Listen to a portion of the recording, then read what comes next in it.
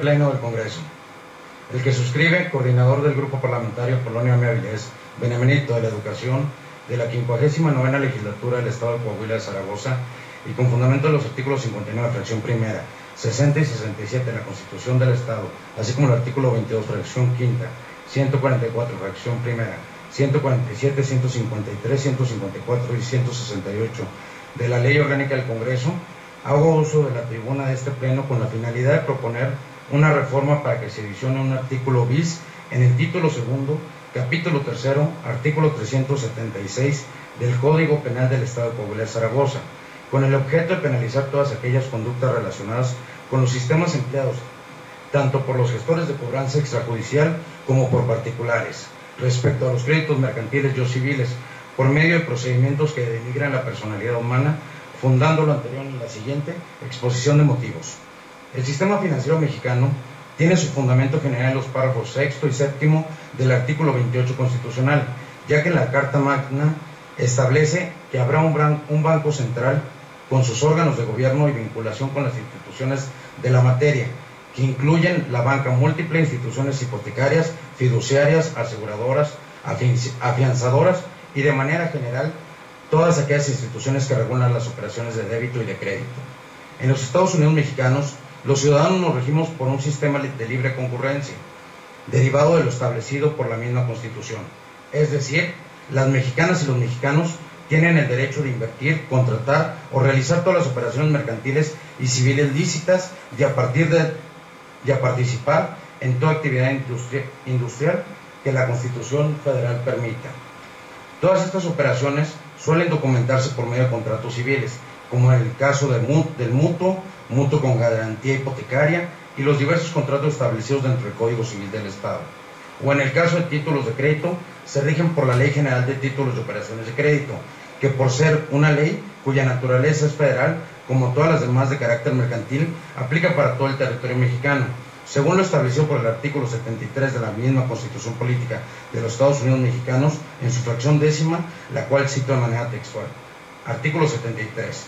El Congreso tiene facultad para legislar en toda la República sobre hidrocarburos, minería, sustancias químicas, explosivos, pirotecnia, industria cinematográfica, comercio, juegos con apuestas y sorteos, intermediación y servicios financieros, energía eléctrica y nuclear, y para expedir las leyes del trabajo reglamentarias del artículo 123.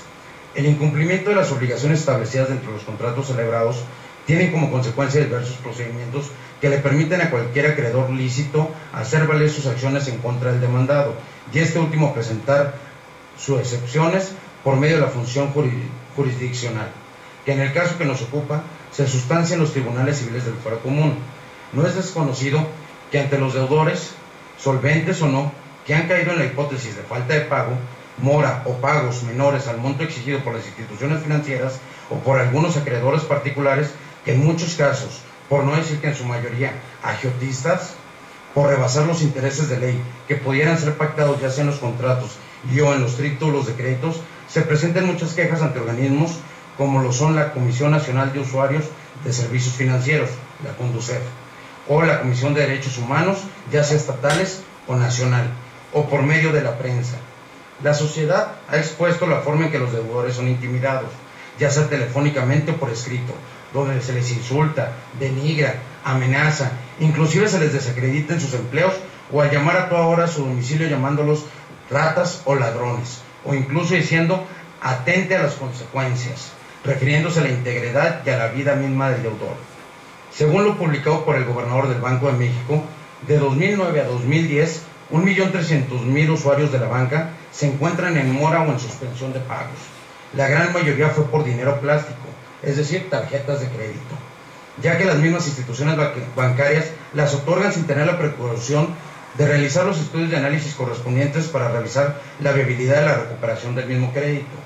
Todo esto realizado con el único afán de comercializar de manera indiscriminada con las tarjetas de crédito. El 90% de los deudores reciben amenazas e insultos por despachos, cuyo giro es la recuperación de cartera. Y la realidad es que violan de manera constante y grave las normas básicas de sentido común, de convivencia y del orden normativo en general. En muchas de las ocasiones, los deudores que se encuentran situados en la hipótesis de morosidad o pagos vencidos se derivan de créditos que se otorgaron como anticipos de nómina. En estos casos, los deudores dejaron de percibir su salario, ya sea por despido o porque la fuente de trabajo se agotó. Y una vez más la política intransigente utilizada por las diversas instituciones. De buscar una reestructuración del crédito conforme a las posibilidades reales del deudor, es agresiva, intimidante y atenta hacia la dignidad de las personas. Estamos conscientes de que es necesario que los deudores cumplan con sus obligaciones, sin embargo, sin lastimar sus derechos humanos y, por supuesto, sin que ellos los dejen la total indigencia.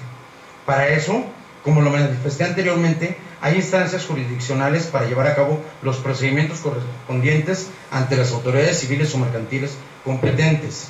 Y en esta realidad no solamente se encuentran las instituciones de crédito, también aparecen particulares, quienes de una forma leonina y agiotista exceden los intereses conforme a los índices de inflación que rinde el propio Banco Central.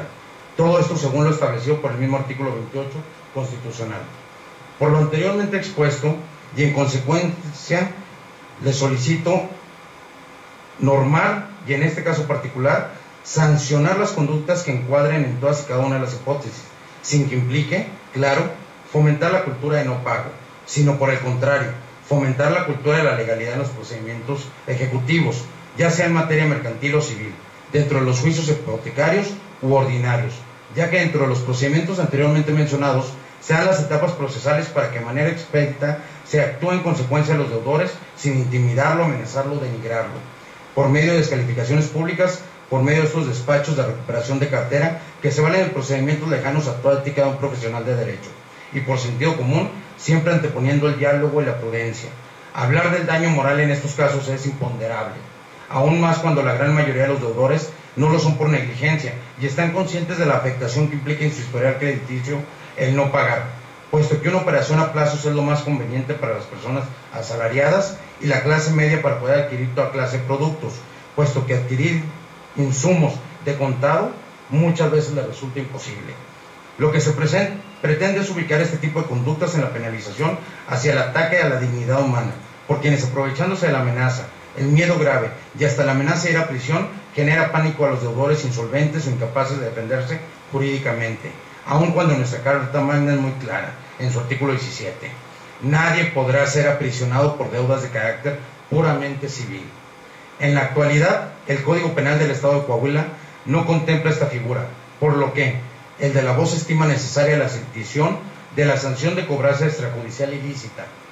Y por lo anteriormente expuesto, solicito compañeras y compañeros diputados se sumen a la siguiente iniciativa con proyecto de decreto que adicione al artículo 376 bis del Código Penal del Estado de Coahuila de Zaragoza. Se propone el siguiente artículo único. Se adiciona el artículo 376 bis del Código Penal del Estado de Coahuila de Zaragoza para quedar como sigue. Artículo 376 bis. Cobranza extrajudicial ilícita.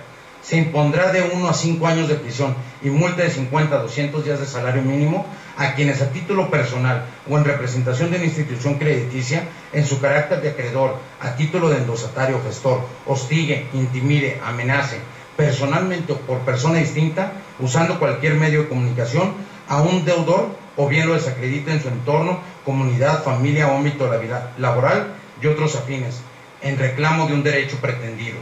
Las empresas de recuperación de cartera vencida o de cobro, estatales y nacionales, deberán de observar lo dispuesto por la fracción anterior. Aprobado que sea, solicito se remita a la Comisión de Gobernación, Puntos Constitucionales y Justicia del Congreso del Estado para que emita el dictamen correspondiente. Transitorios. Artículo único. El presente decreto entrará en vigor al día siguiente de la fecha de publicación en el periódico oficial del Estado. Rúbrica. El de la voz. Coordinador del Grupo Parlamentario por UNM Avilés, Benemérito de la Educación, Saltillo, Coahuila, 12 días del mes de marzo de 2012. Muchas gracias, compañeras y compañeros.